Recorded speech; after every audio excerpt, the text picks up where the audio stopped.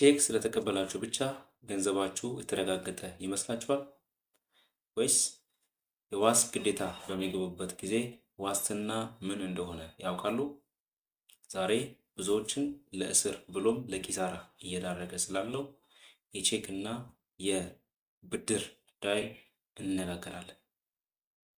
በመጀመሪያ በባንክ ሂሳብ ውስጥ በቂ ገንዘብ ወይም በቂ ስንቅ ሳይኖር ቼክ መጻፍ በወንጀል ያስጠይቃል። ቼኩን ይዞ ባንክ ሄዶ በቂ ገንዘብ የለውም ከተባለ ባለዕዳው ለዕዳው ብቻ ሳይሆን በእስርም ይቀጣል ማለት ነው።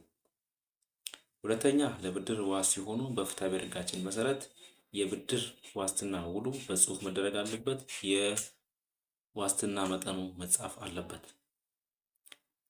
የገንዘብ መጠኑ ያልተጠቀሰበት የዋስትና ሰነድ ላይ በጭራሽ እንዳይፈርሙ። ባንክ ሄደው ቼኩ ገንዘብ የለውም ተብሎ ቢመለስልዎት መጀመሪያ ከባንኩ የገንዘብ አለመፈጸም፣ ገንዘብ አለመኖር ማረጋገጫ ሊቀበሉ ይገባል። ለተጨማሪ መረጃ ሙሉ ቪዲዮውን ቻናላችን ላይ ገብተው ይመልከቱ። ቻናሉን ሰብስክራይብ ያድርጉ። አመሰግናለሁ።